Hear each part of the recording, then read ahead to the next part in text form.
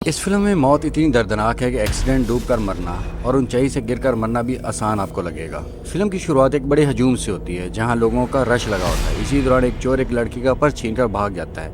एक police officer फौरन इसका पीछा करता है। भागते भागते चोर रेलवे लाइन के नीचे बने एक पुराने बेसमेंट में दाखिल हो जाता है और पुलिस ऑफिसर भी इसके पीछे अंदर चला जाता है। लेकिन अचानक पीछे से सुअर का मास्क पहने एक पुरस्कार शख्स आता है और पुलिस ऑफिसर के चेहरे पर बेहोशी की दवा लगा देता है। चंद ही लम्हों में ऑफिसर बेहोश हो जाता है। जब इसे होश आता है तो खुद को एक रेलवे ट्रैक के दरमियान जंजीरों से बंधा हुआ पाता है। इसकी जुबान एक खतरनाक मशीन में फंसी होती है। अगर वो जरा भी हरकत करेगा तो इसकी जबान फट जाएगी। इतने में सामने रखा एक छोटा सा टीवी खुद ब खुद ऑन हो जाता है। स्क्रीन पर वही सुअर वाला मास्क पहने शख्स नजर आता है। वो कहता है, तुमने अदालत में झूठी गवाही देकर कई बेगुनाह लोगों की जिंदगियां तबाह की हैं, इसलिए अब तुम्हें अपने गुनाहों की सजा मिलेगी। तुम्हारे पास सिर्फ चंद मिनट हैं। अगर खुद को आज़ाद ना किया तो आने वाली ट्रेन तुम्हें कुचल देगी। अगर जिंदा रहना चाहते तो अपनी ज़बान की कुर्बानी देनी होगी। पुलिस ऑफिसर पूरी ताकत लगाकर बड़ी मुश्किल से अपने हाथ खोल लेता है, लेकिन तब तक बहुत देर हो चुकी होती है। सामने से तेज़ रफ्तार ट्रेन आ रही होती है। वो पूरी कोशिश करता है कि ट्रैक से हट जाए, मगर वक्त ख़त्म हो चुका होता है और अगले ही लम्हे ट्रेन इसे बुरी तरह कुचल देती है। इसके बाद हमारी मुलाकात डिटेक्टिव जैक से होती है। पहली नज़र में लगता है जैसे वो मुजरमों के साथ मिलकर एक ड्रग डीलर को लूटने जा रहा हो, लेकिन अचानक पुलिस रेड करती है और तमाम मुजरमों को गिरफ्तार कर लेती है। तब पता चलता है कि जैक दरअसल एक अंडरकवर डिटेक्टर था जो पूरी गैंग को पकड़वाने के लिए इनके दरमियान काम कर रहा है। पुलिस स्टेशन में जैक की मुलाकात अपनी बॉस एंजली से होती है। जैक इसे बताता है कि अब इसे पुलिस डिपार्टमेंट के ज़्यादातर लोगों पर भरोसा नहीं रहा, क्योंकि चंद साल पहले इसने अपने ही साथी पुलिस ऑफिसर के खिलाफ अदालत में गवाही दी। इस ऑफिसर ने एक बेगुनाह गवाह को कत्ल कर दिया था और जैक ने सच बोलकर इसे जेल भिजवा दिया था। अगरचे इसे इस बहादुरी पर मेडल मिला, लेकिन पूरा पुलिस डिपार्टमेंट इसका दुश्मन बन गया। एंजली फैसला करती है कि इस केस में अब एक नया डिटेक्टिव भी जैक के साथ काम करेगा। नया साथी आते ही जैक से कहता है कि वो इसके वालिद का बहुत बड़ा मदाह है और इन्हीं से मुतासर होकर वो पुलिस में शामिल हुआ है। इसके बाद एंजली दोनों को रेलवे ट्रैक वाले कत्ल की तफ्तीश पर भेज देती है। दोनों जय वकुआ का बारीक बीनी से जायजा लेते हैं, लेकिन इन्हें कोई खास सुराग नहीं मिलता। पुलिस स्टेशन वापस आने के बाद जैक के नाम एक पुरस्कार पार्सल आता है। इसके अंदर एक USB होती है। जैसे ही वो इसे चलाता है एक रिकॉर्ड शुदा आवाज़ सुनाई देती है। वो कहती है कि मरने वाला पुलिस ऑफिसर करप्ट था और इसे अपने गुनाहों की सज़ा मिली है, लेकिन ये सिर्फ शुरुआत है। अब एक एक करके तमाम करप्ट ऑफिसर अपनी सजा पाएंगे। वीडियो में एक इमारत दिखाई देती है जिसे जैक फौरन पहचान लेता है। वो अपने साथी के साथ फौरन वहां पहुंच जाता है। अंदर इन्हें एक डब्बा मिलता है। जब वो इसे खोलते हैं तो इसमें मरने वाले पुलिस ऑफिसर की कटी हुई जुबान और इसका पुलिस बैच रखा होता है। अब इन्हें यकीन हो जाता है कि कातिल सिर्फ पुलिस वालों को निशाना बना रहा है। इसके बाद अंजलि पूरे केस की जिम्मेदारी जैक को सौंप देती है। मरने वाला पुलिस ऑफिसर जैक का अच्छा दोस्त भी था, इसलिए जैक इसके घर जाकर इसकी बीवी से कुछ सवाल करता है, लेकिन इसे कोई खास इन्फॉर्मेशन नहीं मिलती। आखिरकार वो मजीद तफ्तीश के लिए इसका लैपटॉप और कुछ जाती सामान अपने साथ ले आता है। घर वापस आकर जैक का बाप इससे पूरे केस के बारे में पूछता है। बात करते करते जैक को पुराना वाकया याद आ जाता है। फ्लैशबैक में दिखाया जाता है कि इसके एक साथी पुलिस ऑफिसर ने एक बेगुनाह गवाह को गोली मार दी थी। बाद में इसने झूठ बोल दिया कि गवाह ने इस पर हमला किया था, लेकिन जैक ने सच का साथ दिया और अदालत में इसी के खिलाफ गवाही देकर इसे जेल भिजवा दिया। इसी दिन से तकरीबन पूरा पुलिस डिपार्टमेंट जैक से नफरत करने लगा था। दूसरी तरफ दो पुलिस ऑफिसर CCTV फुटेज देख रहे होते हैं। अचानक इनमें से एक बगैर किसी को बताए अकेला ही एक मुश्तबा ड्रग डीलर का पीछा करते हुए एक सुनसान इमारत में दाखिल हो जाता है। अंदर इसे कोई शख्स नजर नहीं आता, लेकिन जैसे वो एक बड़े कपड़े को हटाता है इसके नीचे वही खौफनाक सुअर वाला मास्क रखा होता है। ये मास्क देखते ही वो चौंक जाता है, क्योंकि इसे अंदाजा हो जाता है कि शायद वो भी कातिल के अगले खतरनाक जाल में फंस चुका है। लेकिन इससे पहले कि वो कुछ समझ पाता, कातिल पीछे से हमला करके इसे बेहोश कर देता है। जब इसे होश आता है तो खुद को पानी से भरे एक बड़े टैंक में कैद पाता है। इसकी उंगलियां एक खतरनाक मशीन में फंसी होती हैं, जबकि वही मशीन इसके चेहरे से भी जुड़ी होती है। अगर वो अपनी उंगलियां बचाने की कोशिश करेगा तो इसका चेहरा बुरी तरह जख्मी हो जाएगा, और अगर चेहरा बचाएगा तो उंगलियां कट जाएंगी। इतने में सामने रखा TV ऑन हो जाता है। सुअर वाला मास्क पहने वाला कातिल कहता है, अगर जिंदा रहना चाहते तो अपनी उंगलियां काट कर खुद को आज़ाद करो, वरना चंद लम्हों बाद इस पानी में बिजली छोड़ दी जाएगी। इधर जैक को एक और USB मसूल होती है, जबकि दूसरी तरफ पुलिस वाले एक मशकूक गाड़ी तक पहुँचते हैं। जैसे वो गाड़ी का दरवाज़ा खोलते हैं, अंदर से एक मुर्दा सुअर बाहर गिर जाता है।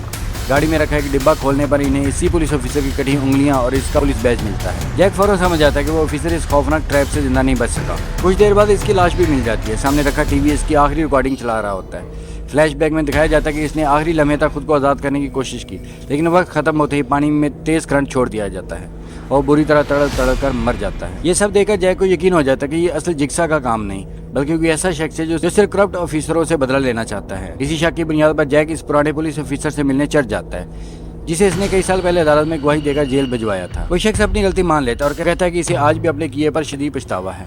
लेकिन दूसरी तरफ जैक की अपनी जिंदगी में भी एक नई परेशानी खड़ी हो जाती है।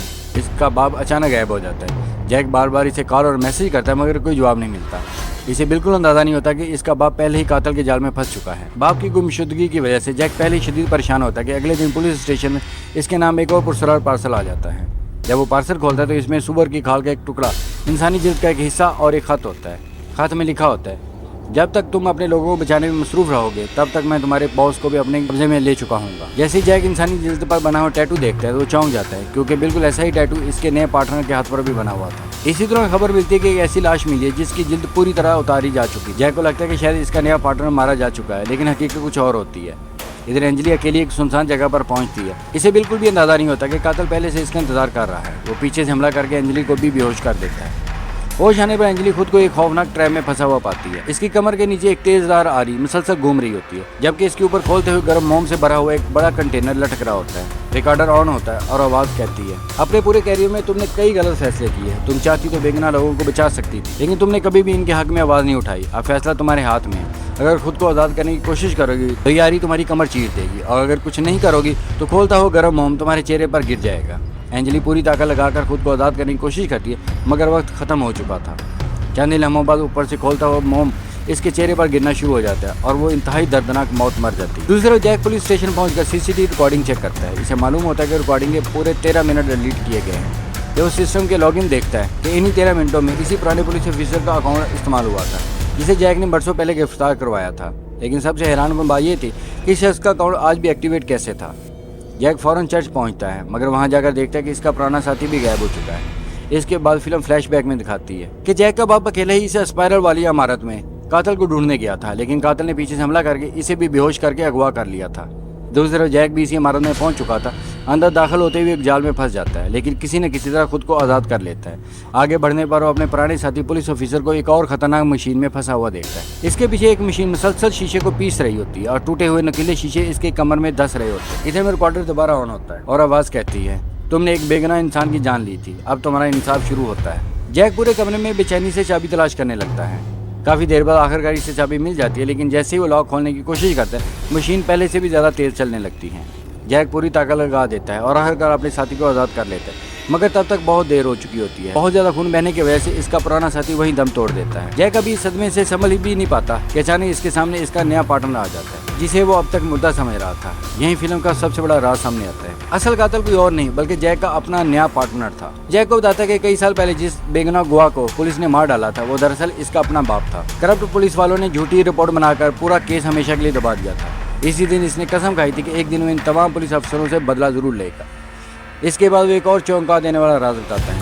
جیک کے والد کے فون سے بھیجے گئے تمام میسیج بھی اسی نے بھیجے تھے اور اس وقت جیک کا باپ بھی اسی کی قید میں تھا۔ قاتل جیک سے کہتا ہے، تم باقی پولیس آفیسروں جیسے نہیں ہو، اگر تم چاہو تو ہم دونوں مل کر اس پورے کرپٹ سسٹم کو ختم کر سکتے ہیں۔ لیکن جیک صرف اپنے والد کو بچانے کے لیے اس کی بات ماننے کا ڈرامہ کرتا ہے۔ اس کے بعد قاتل خود پر گولی چلنے کا ڈرامہ رچاتا ہے تاکہ پولیس کو لگے کہ وہ بھی ایک شکار ہے۔ پھر وہ جیک کو ایک پستول دیتا ہے جس میں صرف ایک گولی ہوتی ہے اور اسے ایک دوسرے کمرے میں لے جاتا ہے۔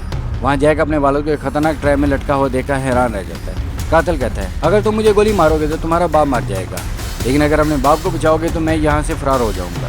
یاد رکھو تمہارے والد بھی اتنے ہی قصوروار ہیں کیونکہ انہوں نے اسی جھوٹی رپورٹ پر دستخط کیے۔ جیک چند لمحے سوچتا ہے، پھر قاتل کو گولی مارنے کی بجائے سیدھا ٹریپ پر فائر کر دیتا ہے۔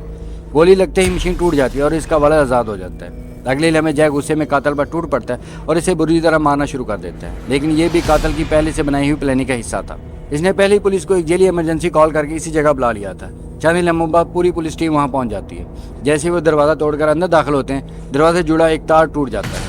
یہی تار جیک کے والد کے ٹریپ سے بھی منسلک ہوتا ہے۔ تار ٹوٹتے ہی مشین دوبارہ چل پڑتی ہے اور جیک کا والد ایک بار پھر ہوا میں لٹک جاتا ہے۔ اسی وقت ٹریپ اس کے ہاتھ میں ایک نکلی بندوق بھی پکڑا دیتا ہے۔ باہر کھڑے پولیس افسروں کو لگتا ہے کہ وہ ان پر بندوق تان رہا ہے۔ بغیر کچھ سوچے سمجھے پوری ٹیم اس پر اندھا دھند فائرنگ شروع کر دیتی ہے۔ صرف چند سیکنڈ میں جیک کا والد گولیوں سے چھلنی ہو جاتا ہے اور وہیں دم توڑ دیتا ہے۔ جیک اپنی آنکھوں کے سامنے اپنے والد کو مرتے ہوئے دیکھتا رہ جاتا ہے، مگر اس بار بھی وہ انہیں نہیں بچا پاتا۔ ادھر اسی افراتفری کا فائدہ اٹھاتے ہوئے قاتل خاموشی سے لفٹ میں داخل ہوتا ہے اور وہاں سے فرار ہو جاتا ہے۔ اسی دردناک اور چونکا دینے والے انجام کے ساتھ فلم اپنے اختتام کو پہنچتی۔ تو یہی تھی آج کی خوفناک اور دماغ ہلا دینے والی کہانی، جہاں انصاف اور انتقام کی لکیر ایک دوسرے میں گم ہو جاتی ہے۔ آخر تک یہ سمجھنا مشکل ہو جاتا ہے کہ اصل مجرم کون ہے اور اصل شکار کون۔ اگر آپ کو یہ مووی سمری پسند آئی ہو تو ویڈیو کو لائک کریں، چینل کو سبسکرائب کریں اور کمنٹ میں ضرور بتائیں اگر آپ جیک کی جگہ ہوتے تو قاتل کو گولی مارتے یا اپنے والد کو بچاتے۔